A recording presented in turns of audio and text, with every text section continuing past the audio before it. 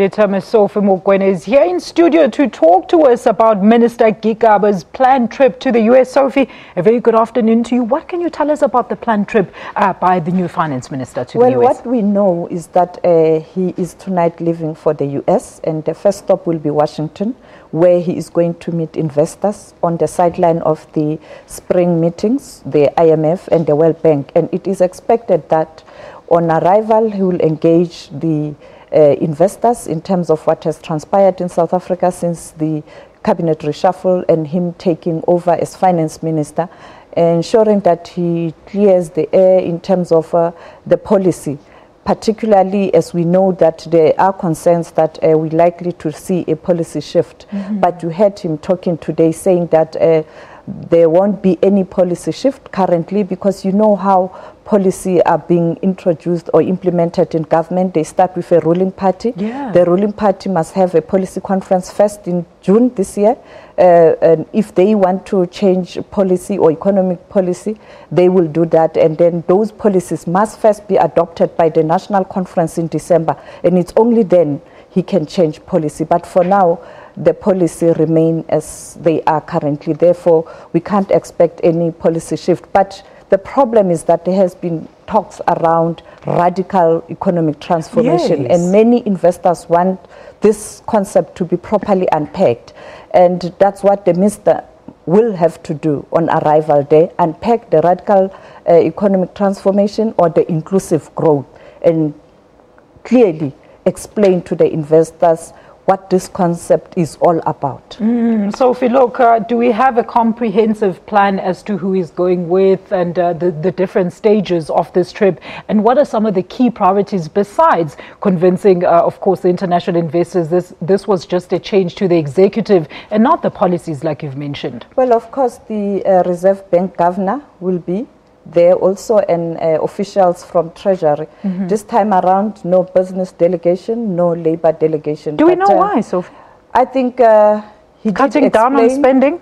He did explain that he wants to go there, I think, with the Treasury and Reserve Bank, I think, to try and introduce himself. And you must be aware that they still have to find a way to work together, the three sectors, that is Treasury, labor and business. They still have to find one another. So it's better to go there as Treasury and as Reserve Bank, and later perhaps next year they can embark on these roadshows again together, and perhaps later this year they can go even east or other parts of the world. But on Monday he's going to New York. That's where he is going to meet the leadership or the officials of Moody's. You are aware that S&P and Fitch did downgrade South Africa, and we are working hard to try and ensure that Moody's doesn't take the same route. Otherwise, we'll seriously have problems, and recession will definitely happen. Indeed. So let's talk about coverage now. What is going to be our responsibility as the public broadcaster, particularly SABC News as well? Well, what we can assure our viewers, both in South Africa and on the continent, the 54 countries that we are able to communicate with, is that we'll bring the story of the minister's visit to US. Starting tonight, we'll have some previews in terms of what's being said that side. Our correspondent at the UN, Shawan Bryce-Peace, will be giving an update in terms of what we can expect. And tomorrow he will be in Washington. He will definitely give us an update in terms of ministers' meetings and all what's happening at that spring meetings in terms of different countries. He also indicated that he would like to meet with the G8 leadership, the finance minister of Germany, to talk about South Africa's position currently economically. But the good thing is that he's going to this meeting at a time where the world economy is beginning to rebound, and therefore it will be a better landing for him, and he can just convince them and tell them that the policies are not going to change, and South Africa will continue to do business as prescribed by the policies of Treasury. All right. Now, Sophie, you are foreign editor. Let's talk about other international news that are spewing up across, the multinations. What's going on in terms of international news that we should be looking out for this week? Well, the big story is France, the elections in France. The second big one is Britain, the snap elections. This afternoon, Parliament will debate the announcement by the Prime Minister of Britain in terms of the snap elections. Germany must go to elections as well.